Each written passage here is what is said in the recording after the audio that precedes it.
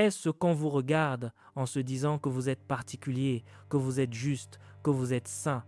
Il vaut mieux être trop saint que pas assez saint. Il vaut mieux en faire trop, se préparer bien plus que nécessaire, plutôt que de ne pas assez se préparer. Ainsi, lorsque le Seigneur viendra, il dira: « Bon et fidèle serviteur, ce renoncement à toi-même, je ne l'exigeais même pas. Cette consécration supplémentaire, je ne la demandais même pas. Tu as ajouté ce principe dont je n'avais même pas besoin. Tu es allé au-delà de mes attentes, et alors vous entrerez facilement au ciel. » Mais imaginez que le Seigneur vous dise à quel point vous avez été insensé, que vous ne vous êtes pas assez préparé. Vous vous disiez: « Ceci n'a pas d'importance, cela n'a pas d'importance, cela non plus n'a pas d'importance.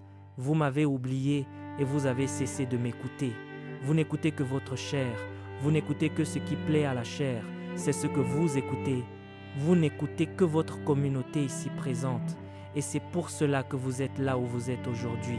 Je prie pour que ce ne soit pas une surprise pour vous au jour dernier. 2 Corinthiens chapitre 6, je lis à partir du verset 17. C'est pourquoi sortez du milieu d'eux. C'est cela la séparation. C'est la vie à laquelle il a appelé le croyant.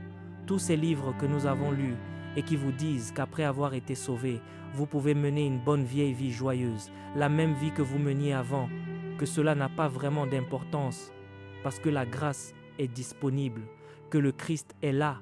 Ce n'est pas la grâce, c'est juste la liberté pour la chair. Il est dit: sortez du milieu d'eux. C'est une division. Oui, c'est ce que Jésus a dit.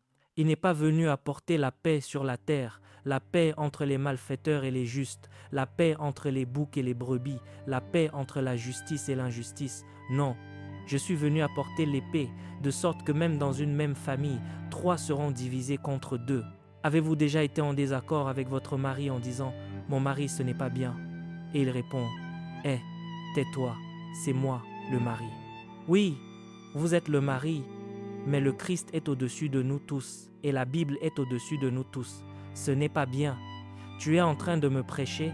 Je vous dis simplement que c'est ce que je lis dans la Bible. Le mari est la protection de la femme. Oui, monsieur, mais la Bible est la protection du mari. Si vous voyez votre mari folâtrer avec des filles, mesdames, vous ne pouvez pas parler et vous vous dites: « Si je parle, je vais avoir des ennuis, de bons ennuis. Portez la croix. » Dites-lui: « Nous ne sommes pas là pour regarder.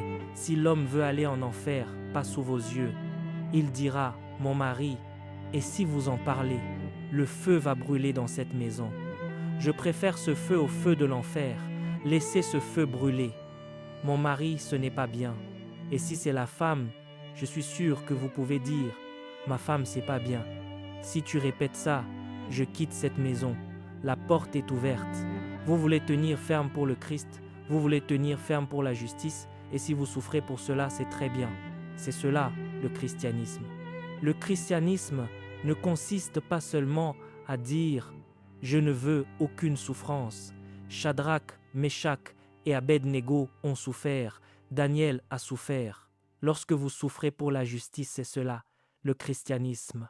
Vous voyez votre mari gérer des affaires, une affaire douteuse, et vous savez que cela va l'amener, si ce n'est dans les ennuis, ici-bas, droit en enfer. Mais c'est vous qui dépensez cet argent. « Mon mari, d'où sors-tu cet argent? Ne me demande pas, ne me demande pas. Les choses vont vite maintenant. Le commerce n'est plus ce qu'il était. Si tu ne te débrouilles pas et que tu ne sais pas ce que tu fais, tu ne t'en sortiras pas. Et c'est vous qui dépensez cet argent. Pouvez-vous rester le ventre vide et dire: « Mon mari, je suis désolé, je ne peux pas dépenser cet argent, je ne peux pas toucher à cet argent. » Et puis l'homme dit: « Tu vas mourir de faim parce que je ne vais pas te donner d'argent propre. Tu sais ce que je fais, je m'occupe de ceci, je me mêle de cela, et c'est cet argent que je vais te donner. » Même si vous devez mourir de faim et aller au ciel plus vite que le reste d'entre nous, sachez que si vous mourrez plus tôt à cause de la justice, vous passerez 10 ans de plus au ciel avant notre arrivée, 20 ans au ciel avant que nous ne venions. Je suis surpris par ces chrétiens. Ils pensent au ciel, ils parlent du ciel, mais ils ne veulent pas y aller. Ils disent: « Là-haut, ce sera si bon. Ceci va. Avant de poursuivre cette vidéo, nous aimerions vous partager un message important. Si cette chaîne vous bénit, si les enseignements des différents prédicateurs fortifient votre foi et que vous aspirez à aller plus loin avec Dieu, nous vous recommandons vivement notre livre « Les généraux de Dieu ». Dans ce livre, vous découvrirez les habitudes spirituelles, le parcours, la consécration, les sacrifices et les principes bibliques qui ont marqué la vie des plus grands hommes et femmes de Dieu. Vous comprendrez également comment la puissance de Dieu s'est manifestée dans leur ministère et surtout, comment appliquer ces vérités bibliques dans votre propre vie afin de développer une relation plus profonde avec le Seigneur. Le lien pour vous procurer le livre se trouve dans la description de cette vidéo ainsi que dans le commentaire épinglé. Nous croyons sincèrement que cette lecture sera une source d'encouragement, d'inspiration et de croissance pour votre vie spirituelle. Merci pour votre soutien et votre fidélité à cette chaîne. Maintenant, revenons à notre enseignement. Va se produire là-bas. Et quand l'occasion se présente d'y aller, vous n'êtes pas prêt à partir. Ne sommes-nous pas des hypocrites? Nous craignons la mort autant que les gens du monde craignent la mort et nous ne sommes pas prêts à souffrir pour la justice. Je pense que le moment est venu où, si quelqu'un veut nous faire souffrir à cause de notre position, parce que nous disons que ce n'est pas juste, eh bien d'accord, si ce n'est pas juste, nous n'allons pas accepter cet argent. Je ne voulais même pas recevoir d'argent de toi, même s'il s'agit d'argent propre, sans parler d'un argent mauvais, terrible, d'un argent du sang. Nous ne le prendrons pas. Il est grand temps de dire non aux choses que nous savons ne pas être justes. Et quand vous avez une femme capable de se tenir debout face à vous et de dire « Mon mari, si tu fais cela, je vais le dire à l'église, tu n'as aucun droit de prêcher tant que tu vis ainsi. » Quand votre mari sait que vous êtes ce genre de femme qui se tient debout pour la parole de Dieu, je vous le dis, nous les hommes, nous nous redresserons. Mais lorsque nous sentons que nos femmes vont nous couvrir devant les gens qui parlent dans notre dos, que c'est la femme qui va aller répéter « De quoi parlez-vous au sujet de mon mari ?» Mais vous savez que ce que les gens disent sur votre mari est vrai. Allez le dire à votre mari à la maison, c'est lui qui doit changer, ce n'est pas l'église qui doit changer. La justice doit revenir dans l'église. Et si vous êtes une femme ici et que vous vous considérez comme ma fille dans le Seigneur, eh bien vous devez aimer la parole de Dieu et la prêcher plus que vous n'aimez votre mari. Vous devez être capable de dire « Mon mari, si personne d'autre ne le dit, je vais aller dire au surintendant général ce qui se passe dans ce foyer. Et alors vous montrerez que vous êtes un véritable enfant de Dieu. Mais celle qui ne cesse de cacher les choses. Et vous, les hommes qui devenez efféminés, vous n'avez plus aucune voix dans votre foyer. Dès que vous dites à votre femme « Ma femme, pourquoi as-tu mis cela là ?» Elle commence à pleurer et vous voyez les larmes couler. Et ces larmes sont plus fortes que le sang de Jésus. Vous voyez le Christ mourir ainsi sur la croix. Cela ne vous émeut pas, mais les larmes de la femme qui dit « Mon mari, tu me parles comme ça, on dirait que tu ne m'aimes pas. » Et vous répondez « D'accord, je suis désolé. » Vous êtes désolé pour la parole de Dieu, vous êtes désolé pour la doctrine, vous êtes désolé pour ce en quoi vous croyez, parce que la femme pleure. Vous ne pouvez plus tenir votre position. D'accord, je suis désolé. Vous êtes déjà perdu. Mais si vous revenez aujourd'hui et dites « Si la grâce est la grâce, si la piété est la piété, si la justice est toujours la justice, ma femme, je t'aime dans la mesure où tu aimes le Christ. Dès que tu t'éloignes du Christ, cet amour s'arrête. Nous devons placer le Christ en premier. Et le Christ sera le numéro 1 dans votre vie et votre famille, au nom de Jésus.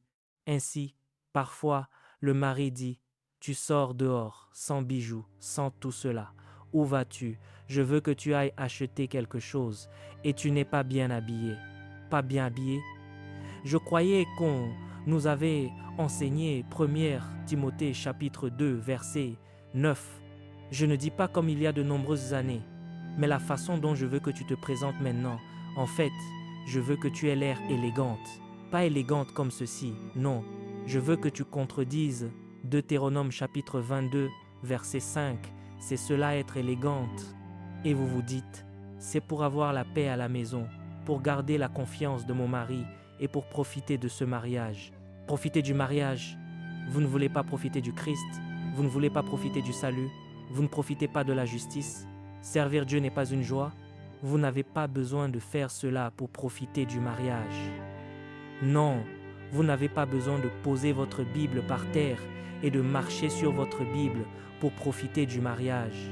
Nous ne pouvons profiter que de ce qui nous permet de rester attachés à cette Bible. Tout ce qui vous enlèvera la Bible du cœur, de la vie, de la bouche, cette chose vous a tué, elle vous a détruit. C'est pourquoi vous devez dire, cela ne me tuera pas. C'est peut-être une petite chose sur laquelle nous nous disputons à la maison, mais vous devez dire, cela ne me tuera pas. Je vais me tenir sur cette parole. C'est pour cela que je vais partout. Je vieillis, je ne veux pas gâcher mon temps et ma vie avec des gens qui ne vont nulle part. Je veux des gens qui vont quelque part. Et si ces gens se joignent à moi, je prêcherai ce que je sais de la parole de Dieu, et vous prendrez cela, vous le ramènerez dans votre famille, et vous ferez savoir à votre femme que cette parole sera la numéro 1 dans votre vie. Et si l'homme commence à folâtrer, vous dites « Mon mari, nous faisons fausse route, je ne me marierai pas avec une autre personne, mais je ne serai jamais d'accord pour que tu gifles le Seigneur en ma présence. » Et si cet homme vous aime et veut que vous restiez sa femme, alors il devra changer. La Bible, elle, ne changera pas. Si cette femme vous aime, jeune homme, faites-vous des compromis. Vous placez la femme au-dessus du Christ, au-dessus du ciel, et cette femme est en train de vous enlever le ciel. Et vous dites, ma femme, ma femme, ma femme. Vous mourrez avec votre femme et vous irez ensemble en enfer. Mais si vous dites, je me tiens ici, je ne ferai pas autrement. Femme, je me suis engagé envers le Christ avant de t'épouser. Maintenant que nous sommes mariés, si tu veux toujours que je reste dans cette même conviction, nous sommes ensemble. Mais si tu veux me changer et me conduire en enfer, nous sommes déjà séparés avant même que tu ne le saches.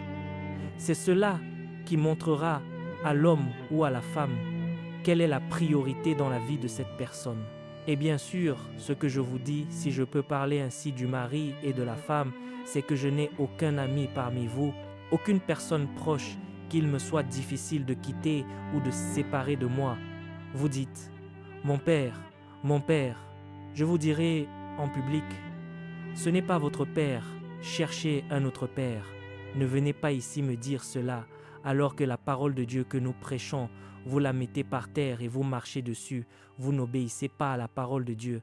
Mon père, qui est votre père? C'est lorsque vous acceptez la parole de Dieu et dites, quoi qu'il en soit, je respecte cet homme, j'aime cet homme et ce qu'il prêche, la position sur laquelle il se tient, je me tiens dessus. C'est alors que nous pouvons être en communion ensemble. Si ce n'est pas le cas, je peux me séparer de vous. Je vous laisse à ce que vous faites et je sais où je vais. Et vous savez, je suis plus près de ce lieu aujourd'hui qu'il y a 50 ans, lorsque j'ai connu le Seigneur. C'est la raison pour laquelle je suis venu vous dire cela cette fois-ci. Si vous ne voulez pas que je vienne, pas de problème, j'ai beaucoup d'autres endroits où aller. Mais si vous voulez que je vienne et que je sois ici, je ne viens pas pour la guérison, je ne viens pas pour la délivrance, je ne viens pas pour dire « donne-nous ceci, donne-nous cela ». Je ne viens pas pour tout cela, je viens pour vous préparer pour le ciel. Parce que le Seigneur est sur le point de venir. Et alors, vous vous mettrez à genoux et vous prierez. Ce n'est pas moi-même, ce n'est pas ma mère, ce n'est pas mon père, ce n'est pas mon mari, ce n'est pas ma femme, c'est moi qui ai besoin de prière. Et vous vous débarrasserez de tous ces péchés, de tous ces relâchements que vous les femmes avez à la maison. Vous rentrerez chez vous si vous aimez le Seigneur et la parole de Dieu. Sinon, Deutéronome chapitre 22, verset 5 se tiendra contre vous en ce jour-là. Certains disent, c'est l'Ancien Testament. Ce qui était abominable pour Dieu à cette époque, Dieu s'est amélioré maintenant. Dieu est plus civilisé. Ce qu'il considérait comme abominable alors ne l'est plus. Et pourtant nous croyons ce que dit la Bible. Toute écriture est inspirée de Dieu. Tous les bijoux, tous les cosmétiques et tout le reste abandonne vraiment 1 Timothée chapitre 2 verset 9. Et si c'est écrit là, pourquoi toutes ces choses ne compteraient-elles plus? Qui a dit que cela ne comptait plus? Qui a dit que cela serait retiré de la Bible? peut-être des livres qu'ils lisent, mais pas de la Bible. Vous devez revenir au Seigneur et dire que c'est là que vous vous tenez. Pourquoi est-ce que je parle ainsi? Parfois, j'étais à l'aéroport et une dame est venue vers moi et a dit « Papa, papa !» Je me demandais. Je me tenais là et je la regardais. Je n'aurais jamais reconnu que cette personne avait un jour entendu mon nom, sans parler d'avoir entendu parler de Deeper Life. Je la regardais ainsi et elle a dit « Vous ne me reconnaissez pas ?» J'ai dit « Je suis désolé, je ne vous reconnais pas. » Et elle a dit « Je suis l'un de vos enfants et je suis membre de Deeper Life. » Et elle a mentionné l'assemblée qu'elle fréquente. J'ai dit « C'est vrai, pensez à cela. Comment me suis-je senti ?» Tout d'abord, je me suis demandé « Qu'est-ce que l'apôtre leur enseigne? Y a-t-il une église qui leur parle? » Je regarde cette personne. Elle n'avait aucune réserve. Elle a couru vers moi en disant « Mon père, mon père ». Et parfois, c'est la même chose ici. Après avoir entendu des messages comme celui-ci, vous trouverez des gens qui gardent tous leurs péchés et qui veulent montrer que quoi que tu dises, nous sommes toujours là. Ils me rencontrent dehors et veulent me serrer la main et je me demande, que démontrez-vous? Démontrez-vous de la rébellion? Pourquoi ne laissez-vous pas le vieil homme tranquille? Laissez-le aller pleurer en secret. Pourquoi voulez-vous l'exposer à la honte publique devant les autres pour dire « Nous sommes ici aux États-Unis, nous ne faisons aucun cas de Dieu et nous voulons juste te montrer que nous aimons ta prédication. Continue de prêcher, mais regarde-moi, voici qui je suis. » Ou alors, l'année prochaine, vous me trouverez toujours comme cela. Quand le Christ viendra, il les trouvera exactement ainsi. Ma question pour vous est la suivante. Où passerez-vous l'éternité? Levez-vous et prions.